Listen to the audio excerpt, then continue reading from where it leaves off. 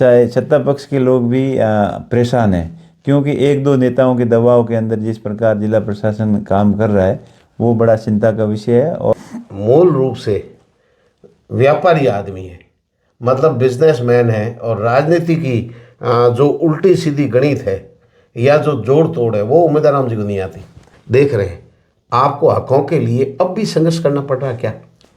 केंद्र सरकार का जो पैसा आ रहा, प्रतिनिधि है यहाँ, उसमें भ्रष्टाचार ज़्यादा हो रहा है, ऐसे आरोप लगा रहे हैं, लगातार खबरें आ रही है। जिसने भी गलत काम किया है उनको सजा उनकी भुगतनी पड़ेगी। राजनीतिक रोटियां सेकने के लिए और अपना हित साधने के लिए कभी कभार गांव वालों को कंपनियों के खिलाफ भड़का के उसका मिसयूज भी करते हैं, वो बड़ा चिंता का विषय है। देखिए, मेरी आवाज़ जनता की आवाज़ है और जनता की आवाज़ को कोई दबा नहीं सकता। जनता से जो जो वादे किए बिल्कुल वो याद है सब, और मैं कहता उतना ही हूँ जो काम होने लायक हो। साथ में अच्छे तालमेल बिठाकर साथ में रखने का प्रयास करते हैं। बाकी सब तो भगवान से भी राजी नहीं होते। वो है नाम उजागर नहीं हो रहे। बड़ी एक तो नाम आया था, लेकिन आजकल छोटी मोटी घटना होती है या धार्मिक उन्माद फैला देते हैं या जातीय जहर घोल देते हैं, माहौल सोशल मीडिया पर आमने सामने हो जाता है। विशेषकर बैतूल क्षेत्र के लोगों को ज़्यादा शिकायत रहती है कि पहले आप इतने लोग हमारे बीच में आते थे, अब कम आते हो। MP साहब, तेजल स्टूडियो में आपका बहुत बहुत स्वागत है। धन्यवाद प्रेम जी, आपको भी बहुत बहुत धन्यवाद। आपको वो दिन याद है कि विधानसभा चुनाव की ठीक बाद मैंने आपको कॉल करके बुलाया और यहाँ ही तेजा जी के मंदिर में आपने दर्शन किए, उसके बाद मैंने इंटरव्यू लिए। तब मैंने सवाल पूछा था कि आप लोकसभा चुनाव लड़ने के इच्छुक हैं क्या, लोगों का मन है, आपका क्या मन है? तब आपने कहा कि लोगों का मन होगा तो बाद में विचार बनाऊंगा।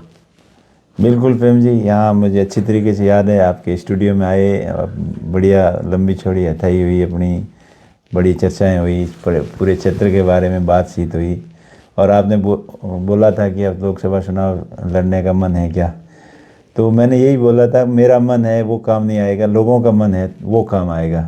और लोगों का मन था, इधर उधर मन टटोला, सब लोगों के पास में गए और लोगों ने बोला कि आप चुनाव लड़ते हो तो हम आपकी मदद करेंगे।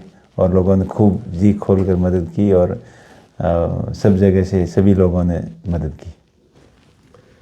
2 विधानसभा के चुनाव आप लगातार हार गए दुर्भाग्य से, उसके बाद में ऐसे मन में पीड़ा नहीं हुई कि अब राजनीति छोड़ दूं या जारी रखूं? देखिए, 2 चुनाव तो ज़रूर हार गए, लेकिन जब भी लोगों से मिलता हूँ और लोगों चुनाव के बाद में लोगों से चर्चाएं होती, तब मन में ये लगता है कि लोगों के बीच में रहना चाहिए। और लोग बोलते हैं कि आप चुनाव हारे नहीं हो। एक चुनाव तो पहले तो तैयारी थी और दूसरा चुनाव तो बिल्कुल मार्जिन पे था, EVM में तो जीत ही गए थे और तो बैलेट पेपर में थोड़ा सा मार्जिन पे रह गए थे, तो लोगों को बड़ा दुख भी हुआ। मुझे भी ये लगा कि अब लोग सारे कह रहे हैं तो लोगों के बीच में रहना ही उचित है। कहीं न कहीं RLP ने आपको प्लेटफॉर्म तो दिया, उसके बाद की परिस्थितियाँ जो भी रही। बिल्कुल, RLP पार्टी 2018 के अंदर नई पार्टी बनी थी और उस समय सभी लोग तैयारी कर रहे थे। कोई बैतूल से टिकट कई लोगों ने मांगी थी और कई बड़े लोगों ने भी मांगी थी। एन वक्त पे ऐसी परिस्थितियाँ मिली जो बनी, जो मुझे टिकट मिली और RLP का भी अच्छा सहयोग रहा। और प्लेटफॉर्म तो खैर आगे बढ़ने के लिए कहीं न कहीं उसकी ज़रूरत होती है और बढ़िया अच्छा रहा। जो भी निर्णय पब्लिक और आप दोनों के बाद में निर्णय लोगों की भावना के अनुसार निर्णय था, मेरा अकेले का निर्णय नहीं था। उस समय की परिस्थितियाँ, उस समय की परिस्थितियों के अनुसार बाड़मेर के लोगों का निर्णय था और उनका मन की भावना थी, उसके अनुसार मैंने निर्णय लिया। और जो निर्णय सही था वो लोगों ने मोहर लगा दी कि मेरा निर्णय सही था। लोग कह रहे हैं कि मूल रूप से व्यापारी आदमी है, मतलब बिजनेसमैन है, और राजनीति की जो उल्टी सीधी गणित है या जो जोड़ तोड़ है वो उम्मीदवार राम जी को नहीं आती। बिल्कुल, लोग ठीक कहते हैं। मुझे वो आज भी नहीं आती उल्टी सीधी की। हम तो सीधे सीधे में विश्वास रखते हैं। हाँ। और पर नफ़ा और नुकसान क्या है इसका तो पता चल ही जाता है। पर मेरी ये सोचना है कि जिस प्रकार राजनीति की स्थितियाँ बन गई है, उनके अंदर साफ़ सुथरी राजनीति कैसे हो और जो दिखता है वही लोगों के बीच में हो। और इस वजह से मेरा प्रयास यही रहेगा कि साफ़ सुथरी राजनीति हो और हर एक आदमी की राजनीतिक तक पहुंच कैसे बने। और जो उल्टी सीधी जो कूटनीति की होती हैं, चालबाजियाँ होती है, वो आखिर लोगों को समझ में आ जाती है। एक बार आदमी कितना ही खुश हो जाता है, लेकिन लंबे समय तक कूटनीतिक बातें नहीं चलती। अब आप विपक्ष में हैं तो काम में भी तो समस्याएं होती होगी। देखिए, विपक्ष का काम होता है कि लोगों की समस्या के मुद्दे उठाना और मुद्दों को उठाना, सरकार के ध्यान में लाना। उसके अंदर तो हम कोई कमी नहीं छोड़ेंगे। बाकी काम होना या नहीं होना वो तो सरकार के ऊपर डिपेंड है। और जब सरकार होती भी है तब भी सारे काम पूरे नहीं होते, लेकिन प्रयास रहता है कि जो आम लोगों की समस्याएं हैं, आम लोगों की जो मूलभूत आवश्यकताएं हैं, उनके बारे में मुद्दे उठाते रहें और लोगों को सुविधाओं का, सरकारी सुविधाओं का ज़्यादा से ज़्यादा लाभ कैसे मिल सके, उसके लिए निरंतर हम प्रयासरत हैं। इतना बड़ा लोकसभा क्षेत्र है, 3 जिले हैं, आप सांसद बन गए, लेकिन बालोतरा के अंदर देख रहे हैं, जैसलमेर में देख रहे हैं, बाड़मेर में जिला परिषद की मीटिंगें, दिशा की मीटिंगों में देख रहे हैं, आपको हकों के लिए अब भी संघर्ष करना पड़ रहा है क्या? देखिए, ब्यूरोक्रेसी जो सत्ता पक्ष के बड़े नेताओं के इशारे पे काम करती है, वो ऐसा नहीं करना चाहिए। तो उसके अंदर भी हमारा प्रयास ये रहता है कि जनहित के मुद्दे हैं वो लोगों के सामने लेके आएँ, जनता के सामने, सरकार के सामने वो मुद्दे लाएं और उनका समाधान जल्दी कैसे हो। जैसे आपने बालोतरा की बात की, तो बालोतरा में आज सबसे बड़ा मुद्दा था पर्यावरण का। जो टेक्सटाइल फैक्ट्रियों द्वारा पॉल्यूटेड वाटर है, जो बिना ट्रीटमेंट किए हुए सीधे ही खुले में छोड़ देते हैं, नदी में छोड़ देते हैं, नालों में छोड़ देते हैं, जिसकी वजह से आसपास के क्षेत्र के अंदर जल प्रदूषण बहुत ज़्यादा भयंकर रूप ले चुका है। और मेरा बार बार मुद्दा उठाने का नतीजा ये हुआ, अभी हाईकोर्ट ने मामला संज्ञान में लिया और अभी एक दिन पहले टीम आई है, हाईकोर्ट की सुपरविजन में बड़ी टीम आई हुई है, जिसके अंदर एनजीटी के भी मेंबर हैं, पर्यावरण बोर्ड के भी हैं, राजस्थान पॉल्यूशन कंट्रोल बोर्ड के भी अधिकारी हैं। वो सामूहिक टीम निरीक्षण कर रही है। पहले भी एक टीम आई थी, निरीक्षण करके गई थी, और अभी कोर्ट ने खुद संज्ञान में लिया, मीडिया रिपोर्टों में भी आया। और तो मुद्दे उठाने से काम होता है, ऐसा नहीं है कि अगर बात कोई करेंगे ही नहीं तो कैसे समाधान होगा। समाधान होता है समस्याओं का बातचीत करने से, और वो क्रम हमारा लगातार जारी है। केंद्र सरकार का जो पैसा आप प्रतिनिधि है यहाँ, उसमें भ्रष्टाचार ज़्यादा हो रहा है, ऐसे आरोप लगा रहे हैं, लगातार खबरें आ रही है। बिल्कुल, केंद्र सरकार का जैसे JJM का मामला है, जल जीवन मिशन के अंदर जो लोगों की इच्छा थी कि हमारे घर तक पानी आएगा, पर वो पानी अभी तक पहुंचा नहीं है। 90% ऐसे नल कनेक्शन है, वहाँ पानी का आता पता ही नहीं है। तो भ्रष्टाचार तो खूब जम के हो रहा है, पर उसका उजागर करने में, कमियां निकालने में और अधिकारियों को डांट फटकार लगाने में कोई कसर नहीं छोड़ रहे हैं। और जिसने भी गलत काम किया है उनको सजा उनकी भुगतनी पड़ेगी। जैसलमेर में जो विंड एनर्जी है, सोलर प्लांट है, किसान और कंपनियां आमने सामने, धरना होता है और सेटलमेंट हो जाता है। आरोप लोगों को ऐसे लग रहे, आप क्या मान रहे, पूरे दृश्य कैसे देख रहे हैं? देखिए, सोलर इंडस्ट्रीज बहुत ज़्यादा संख्या में सोलर प्लांट यहाँ लग रहे हैं। विंड के भी बहुत बड़े संख्या में यहाँ विंड लग रहे हैं, पवन चक्कियाँ लग रही है। तो इससे क्षेत्र के अंदर काफ़ी विकास की संभावना भी है, लेकिन साथ ही साथ वो स्थानीय लोगों के हितों का बिल्कुल ध्यान नहीं रखते हैं और पर्यावरण का भी बिल्कुल ध्यान नहीं रखते। इन दोनों चीज़ों को लेकर पूरे क्षेत्रवासी बड़े चिंतित हैं, और हमारी भी यही चिंता रहती है कि पर्यावरण को कम से कम नुकसान हो और स्थानीय लोगों को फ़ायदा मिले। बट इनकी आड़ के अंदर कई लोग अपना राजनीतिक रोटियां सेकने के लिए और अपना हित साधने के लिए कभी कभार गांव वालों को कंपनियों के खिलाफ भड़का के उसका मिसयूज भी करते हैं। वो बड़ा चिंता का विषय है। आप मुद्दों को लेकर बाड़मेर जिला प्रशासन आमने सामने है, ये केवल मुद्दों को लेकर के हैं या अंदरूनी हकों को दबाया जा रहा है, आपकी आवाज़ को दबाने का प्रयास किया जा रहा है, क्या पूरा मामला है? देखिए, मेरी आवाज़ जनता की आवाज़ है और जनता की आवाज़ को कोई दबा नहीं सकता। रही बात काम करने की नहीं करने की, वो तो हमारा फर्ज बनता है कि समस्याओं को समाधान के लिए बार बार मांग करना। और सरकार जो डबल इंजन की सरकार का वादा कर रही है कि हमने ये कर दिया वो कर दिया, वो उनके वादे खोखले साबित हो रहे हैं। और चाहे सत्ता पक्ष के लोग भी परेशान हैं, क्योंकि एक दो नेताओं के दबाव के अंदर जिस प्रकार जिला प्रशासन काम कर रहा है वो बड़ा चिंता का विषय है। और मैं तो जनता की आवाज़ को बुलंदी के साथ में प्रशासन के सामने हो या सरकार के सामने हमेशा रखता रहूँगा, उसमें कोई कमी नहीं आने दूंगा। आपका शिक्षा ही संकल्प जो नारा था आगे बढ़ रहा है अब आपके एमपी बनने के बाद? बिल्कुल, शिक्षा ही संकल्प के तहत मैंने स्कूलों के अंदर डिजिटल स्मार्ट बोर्ड जो पहले से ही कर्म मैंने लगाना शुरू किया था वो अभी अनवरत जारी है। और मेरा MPLED का 2 साल का बजट में से 80% से ज़्यादा एजुकेशन के ऊपर ही खर्च हुआ है। चाहे स्मार्ट बोर्ड हो, चाहे कक्षा कक्ष हो, चाहे खेल के मैदान में हो या लाइब्रेरी हॉल हो, पूरा का पूरा पैसा 80% से ज़्यादा एजुकेशन में हुआ। और बाकी 20% पैसा है वो भी एजुकेशन से संबंधित कोई सामाजिक छात्रावास हो गया, सामाजिक एजुकेशन संस्थाएं हो गई, प्राइवेट संस्थाएं हो गई या धार्मिक संस्थाएं हो गई, उनके थ्रू भी वो ही शिक्षा के काम में कर रहे हैं।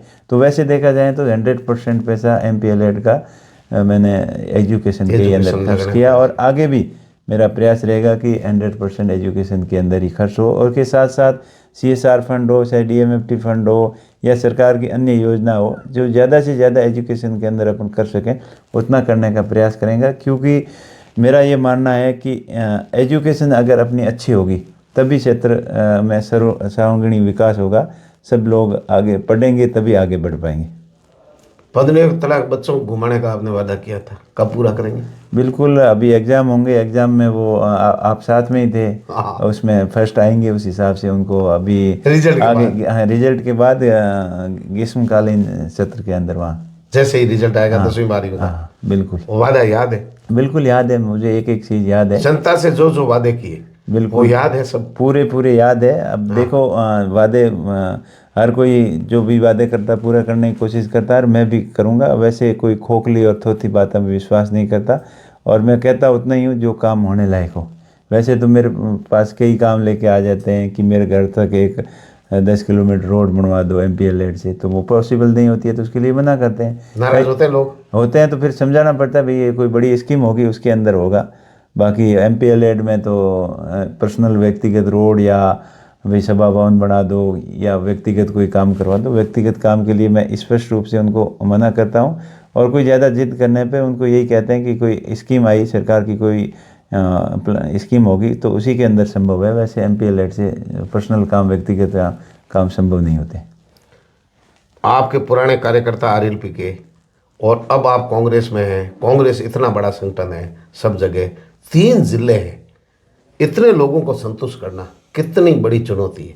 कैसे सबको राजी लेके, सबको साथ लेके चल रहे हैं? देखिए, ज़्यादातर लोगों को साथ में अच्छे तालमेल बिठाकर साथ में रखने का प्रयास करते हैं। बाकी सब तो भगवान से भी राजी नहीं होते। वो कहते हैं ना कि बारिश होती है उससे भी सारे नाराज़ नहीं होते कि ये कहाँ होगी, क्यों होगी, कब बंद हो जाए। लेकिन मैं प्रयास करूँगा कि ज़्यादातर लोग कांग्रेस पार्टी की विचारधारा से जो मिलते हैं वो साथ में लेके चले उनके। बाकी पार्टी विचारधारा से भी अगर कोई मेल नहीं खाती है किसी की, तो व्यक्तिगत रूप से या क्योंकि बाड़मेर, जैसलमेर, बालोतरा के लोगों ने मुझे MP चुना है, तो मेरा दायित्व बनता है कि जो चुनाव के वक्त साथ में था या नहीं था तो भी अब आप सबके MP हैं। सबके MP है और सबको साथ में लेके चलने का मैं प्रयास करूँगा। एजुकेशन में सब जगह आप जा रहे हैं, सामाजिक समारोह में जा रहे हैं। अभी सामाजिक समारोह में मृत्यु बोझ है, नशा वगैरह बंद हो गया है, शिक्षा का ठीक ठाक चल रहा है ढांचा, अगर शिक्षकों की पूर्ति हो जाए। मैं तो जिस जगह जाता हूँ, कोई भी सामाजिक प्रोग्राम हो, चाहे धार्मिक प्रोग्राम हो या कोई भी बड़ा फंक्शन हो या खेलकूद प्रतियोगिता हो, शिक्षा की बात ज़रूर करता हूँ। और शिक्षा के प्रति लोगों का रुझान भी बढ़ा है। मेरी बात से बहुत सारे लोग सहमत हैं और पहले से भी लोग शिक्षा के प्रति जागरूकता आई है। आज पिछले पुराने समय की बात करें तो स्वर्गीय रामदास जी ने जो अपने क्षेत्र के अंदर किसान छात्रावास के माध्यम से जो शिक्षा की अलग जगाई, उससे प्रेरणा लेते हुए कई संस्थाएं उसके बाद में किसान छात्रावास हो, चाहे किसान कन्या छात्रावास हो, हलाल हॉस्टल हो, वीरेंद्र धाम और भी कई संस्थाएं हैं जो अलग अलग समाजों के नाम से हैं। मेघवाल समाज की है, माइनॉरिटी की है, जो शिक्षा के क्षेत्र में उनसे प्रेरणा लेके अच्छा काम कर रही है।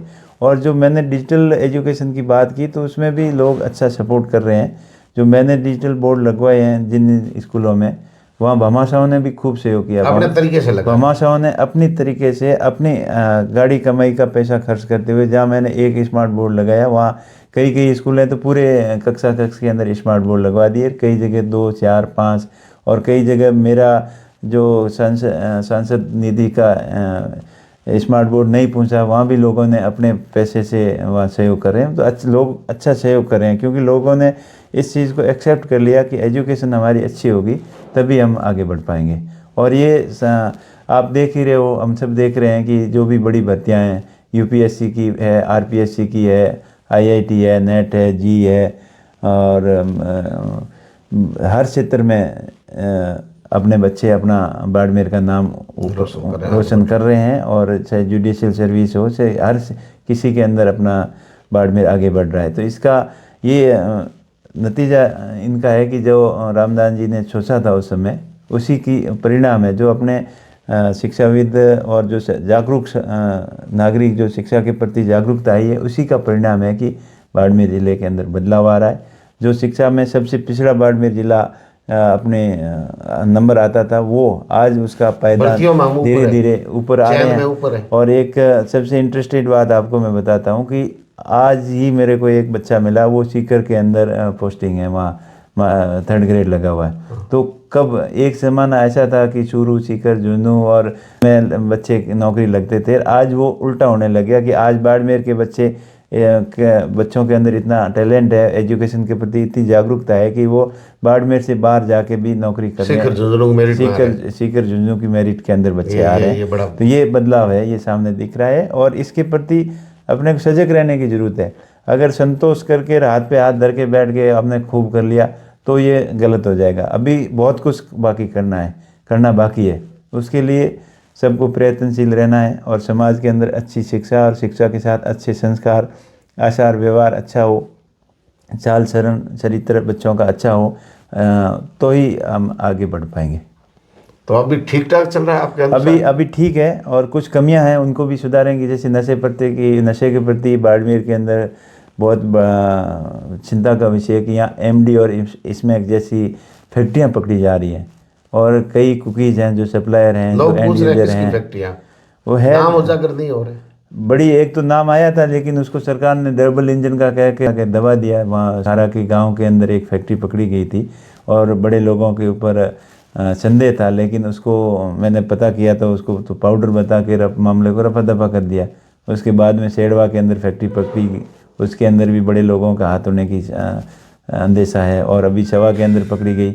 सब जगह कोई न कोई बड़ा माफिया और इनको पहना दे रहा है, इसलिए ये नशे का कारोबार यहाँ पैर फैला रहा है। लेकिन हमें जागरूक होने की ज़रूरत है। बाड़मेर वासियों को नशे के प्रति एक अभियान चलाने की ज़रूरत है और लोगों को जागृत करने की ज़रूरत है कि ये नशा अगर इस तरीके से फैल गया तो आने वाली पीढ़ियों को बर्बाद कर देगा।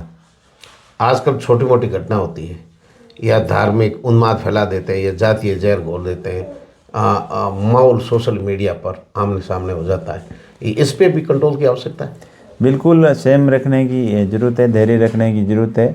और जो भी राजनीतिक फ़ायदे के लिए आपस में दो समुदायों को लड़ाते हैं, दो धर्म के लोगों को आपस में लड़ाते हैं, जाति के गत भावना की दुर्भावना के तहत लोगों को लड़ाते हैं, ये बिल्कुल गलत है। क्योंकि हमारा बाड़मेर, हमारा साथ थार क्षेत्र हमेशा शांतिप्रिय क्षेत्र रहा है। हम भाईचारे की पहचान रही है। यहाँ लोग आपस में मिलजुल कर जिस तरीके से रहते हैं वो एक बहुत बड़ी मिसाल है।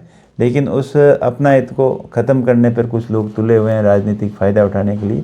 लेकिन मैं समझता हूँ कि जनता वक्त आने पर उनको जवाब दिया है और आगे भी जवाब देगी। और उनकी ऐसी जो करते हैं करके वो कभी सफल नहीं हो पाएंगे।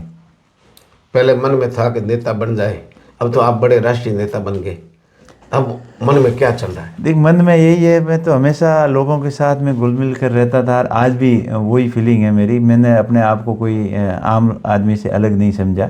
ठीक है, लोगों ने मुझे मान सम्मान दिया और देश की सबसे बड़ी पंचायत लोकसभा के अंदर भेजा है, उनका मैं हमेशा शुक्रगुजार रहूँगा। लेकिन मैंने मेरे मन के अंदर ऐसी कोई फीलिंग नहीं आई कि मैं अब अलग कुछ आम लोगों से अलग बन गया हूँ। लेकिन मेरा हमेशा लोगों से जुड़ाव रहता है और इसी तरह से आगे से भी जुड़ाव रहेगा और अपना आप को लोगों के साथ में मिला के रखूँगा। व्यस्तता बढ़ गई, समय अभाव हो हाँ गया, या बिल्कुल, भाई दिल्ली की दौड़ है, हाँ, या मीटिंगें हैं। बिल्कुल समय का तो अभाव रहता ही है। अब विशेषकर बैतूल क्षेत्र के लोगों को ज़्यादा शिकायत रहती है कि पहले आप इतने लोग हमारे बीच में आते थे, अब कम आते हो। तो उनको मैं यही कहता हूँ कि अब क्षेत्र बड़ा है। शिकायत तो हमारे को भी है। हाँ, आप भाई तो क्या, मुझे व्यक्तिगत शिकायत है। बिल्कुल रहती है, क्योंकि समय अभाव के कारण अब पार्लियामेंट चलती है साल के अंदर, अभी 3 महीने तो दिल्ली में रहना पड़ता है, फिर मीटिंग वगैरह होती है, 1 आध महीना और लग जाता है, फिर 4-5 महीने उधर बिजी रह जाते हैं। फिर इतना बड़ा क्षेत्र है, हर जगह जाना आना रहता है, तो थोड़ी व्यस्तता रहती है। लेकिन मैं प्रयास करता हूँ कि हर जगह कैसे पहुँचा जाए। और MP बनने के बाद में मैंने घर पे एक दिन भी रुक के रेस्ट नहीं की कि आज कहीं नहीं गया और आज रेस्ट कर लेते हैं, मैं समय उनको दे रहे हैं। और जनता, अब तो सार्वजनिक जीवन हो गया, जनता के लिए है, जनता के साथ में रहना है। लेकिन मेरे जैसे कुछ लोग नाराज चल रहे हैं, आप मत मानो। करेंगे आप जैसे कैमरे पर कह रहा हूँ, आप जैसे लोगों कि को भी, हमारे जैसे लोगों की भावनाएं कभी कभी आबाद करते हैं। बिल्कुल, तो ऐसे और लोग भी होंगे, हो जाता है। मैं तो क्या बड़ा दिल रखता हूँ, व्यवस्था के कारण हो जाता है, व्यस्त रहते हैं ज़्यादा। पर जो मेरा प्रयास रहता है कि मैं किसी को नाराज़ नहीं करूं, और जो भी नाराज़ किसी कारणवश हो गए हैं तो उनको भी मना के अपने साथ में लूँ। लोग जो भी नाराज होते हैं ना, आम मानना ये है कि सीधे उम्मीदवार जी से कोई नाराज नहीं है, या किसी नेता से व्यक्तिगत कोई नाराज नहीं होता है, उनके कार्यकर्ताओं से नाराजगी होती है। वो लोगों का, आपके भी ऐसा है क्या? लोगों बना रखा है? वो लोगों का अपनापन है, अपनत्व है, और जो अपना समझता है वही नाराज होता है, ऐसे नाराज नहीं होते हैं। और वैसी कोई लंबी और ठीक है, मन के अंदर थोड़ा बहुत मनमुटाव हो गया, लेकिन लंबी नाराजगी नहीं रहती है वो। और जब भी कहते किसको अपना होता है, उसी को कहते हैं अपने लोगों को। ये अपनाए थे लोगों की, और मेरा प्रयास नाराज भी रहेगा। अपने लोगों पर हुआ जाता है, और राजी भी अपने हो जाते हैं, टाइम से हो जाते हैं। अब राजी हो गई ये मान लिया। हो जाएंगे नहीं तो सांसद साहब की और हमारी चर्चा छोड़ा, मजाक की अंदाज है, कोई नाराजगी नहीं है। इतना बड़ा क्षेत्र है और 3 जिले हैं, दिल्ली में जाना पड़ता है, मीटिंगें हैं, पार्टी के संगठन में कहीं भी जाते हैं, खुद का परिवार अपना काम भी देखना होता है व्यक्तिगत रूप से। लेकिन उम्मीदवार राम जी हमेशा हंसमुख मिलनसार प्रयास करते हैं सबके पास जाएं। लेकिन शिक्षा के लिए जो उजियारा फैला रहे हैं, जो मुहिम है, आप और हम लोग मिल करके, सांसद साहब के साथ मिल करके शिक्षा की मुहिम को आगे बढ़ाएं। सांसद को सबका है, सबका उन पर हक है, और सबको ज़्यादा से ज़्यादा समाज के जो छात्रावास है, एजुकेशन सेंटर है, सरकारी स्कूलें हैं, हमारे बच्चे कैसे पढ़े, कैसे आगे बढ़े, इन सब के अभियान में एक सकारात्मक है। उल्टे सीधे सवाल मैं भी पूछ सकता था, विवादास्पद सवाल मेरे मन में कई चल रहे हैं, लेकिन एक सकारात्मक चर्चा है, सकारात्मक बातें हैं। उम्मीद करते हैं कि उम्मीदवार राम जी पहले जैसा ही व्यवहार सबके साथ रखेंगे और किसी कार्यकर्ताओं को नाराज़ नहीं करेंगे।